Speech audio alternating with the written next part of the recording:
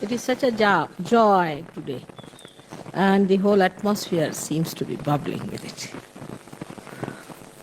As if the angels are singing.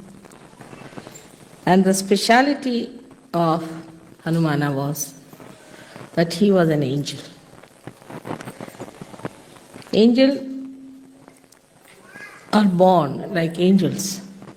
They are angels. And they are not human beings. They are born with the angelic qualities. But now you all have become angels from the human beings. It's a very great achievement of Sahaja.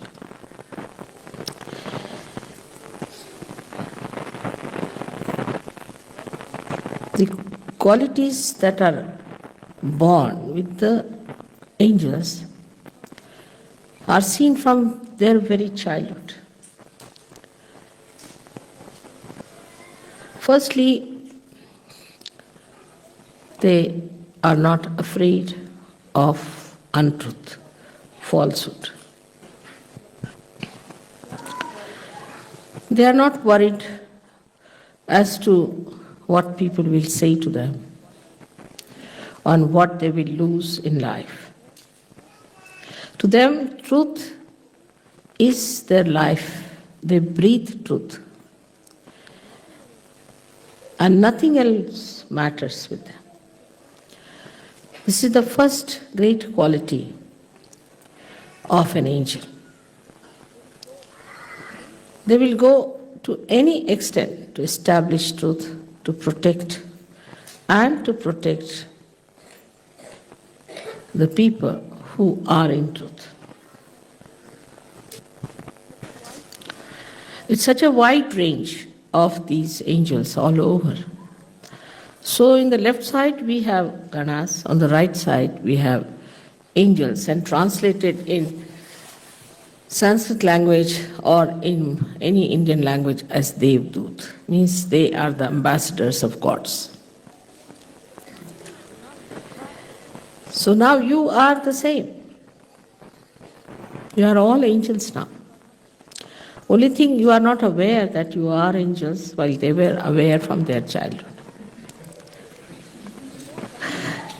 If you know that you are angels,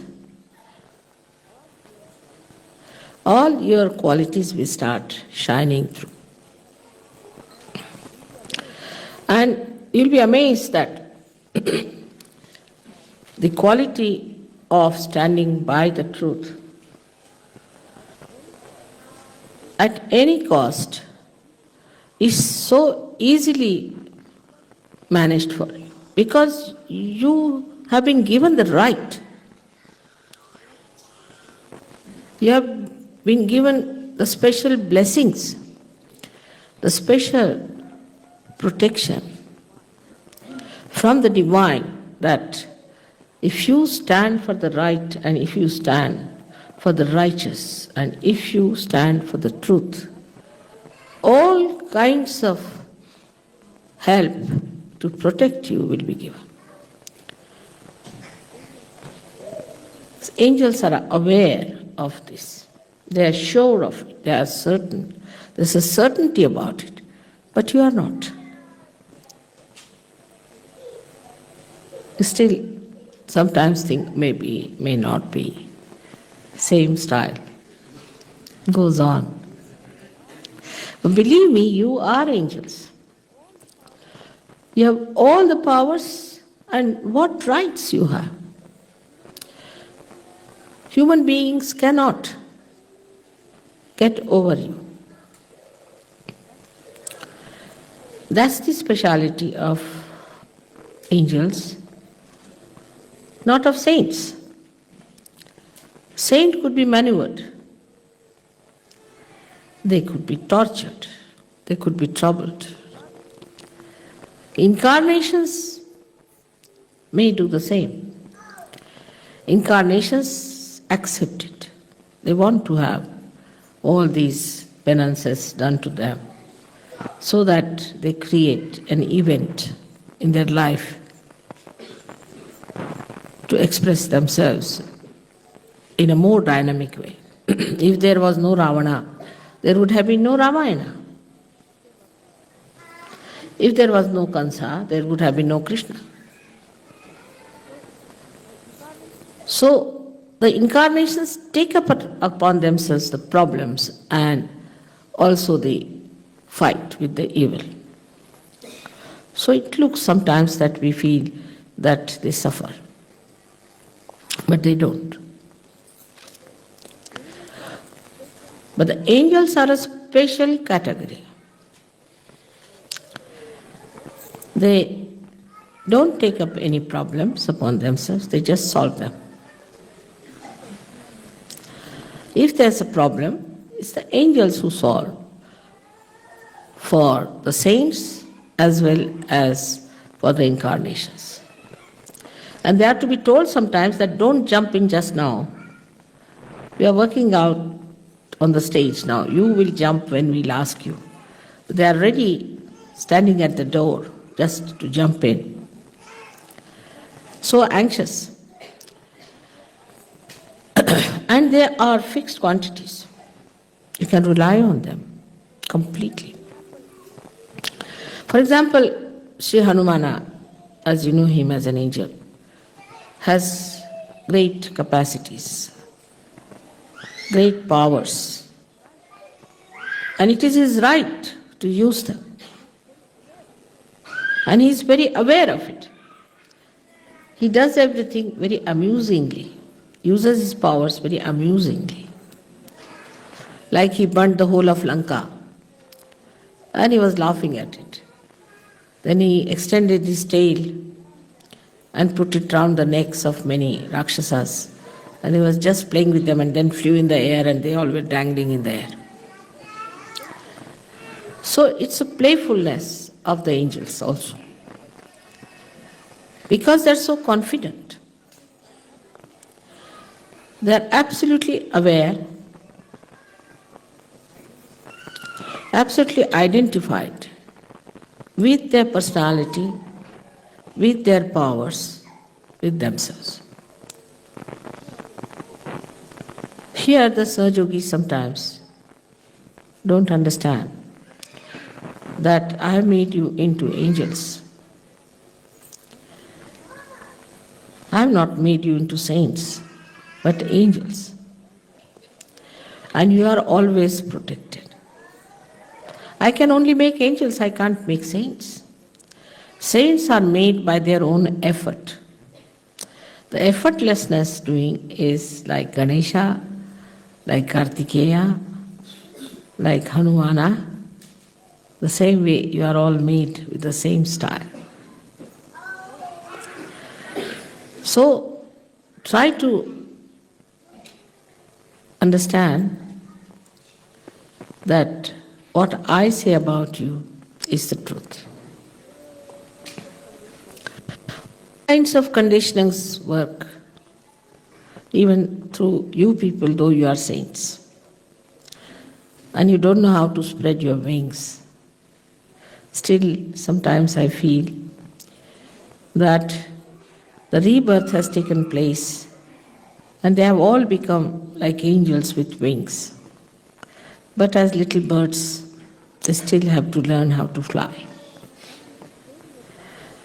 But you must gain your confidence by your experiences which you have in Sahaja Yoga. As you were singing yesterday, miracles every day, miracles around you.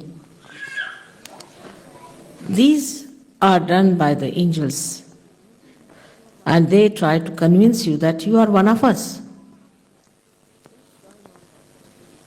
Just join our company. So we have so many angels now sitting here. And why should not we think of transforming this world? And there's one more thing that you have other than the angels, because angels do not raise the Kundalini. They cannot. They are not bothered about it. They are there to kill, to burn, to suppress, to remove all the evil people around you. But they cannot transform. Angels cannot transform. So you have a greater right than they have in the realm of God, that you can raise the Kundalini of people and you can give realization. But human conditionings are still sticking on. For example, I wore a ring the other day, and then my daughter started teasing me that, now, you must only show this finger all the time to people so that they see your ring. So, in the mundane human life, whatever we have, possessions, maybe powers, you see. For example, somebody is a man with some position, immediately you can make it out with his nose and lips the way they are turned upward.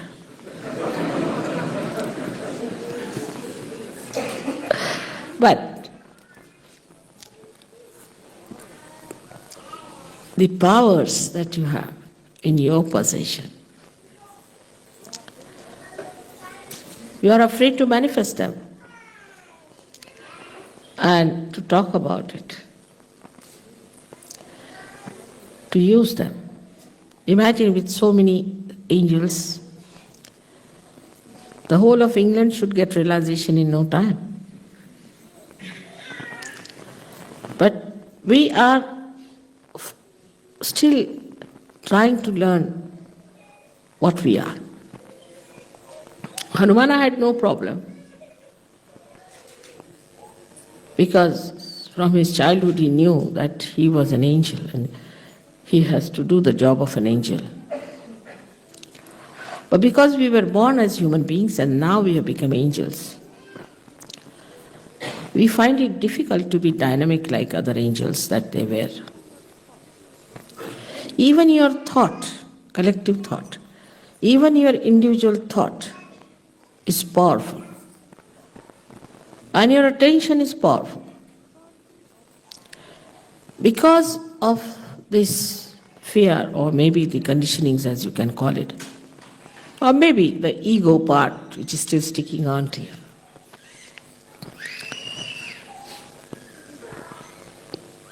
you still hang around false things. And that force, that dynamism is not expressed. We can blame anything, like we can blame lethargy to some country, ego to some country. But now you have lost your countries completely. Now you have entered into the kingdom of God. You are in a country which has no bounds, which has no limitations. And then all these conditionings that are still lingering in you shouldn't bother you at all and shouldn't upset you or deter you from doing whatever is your job.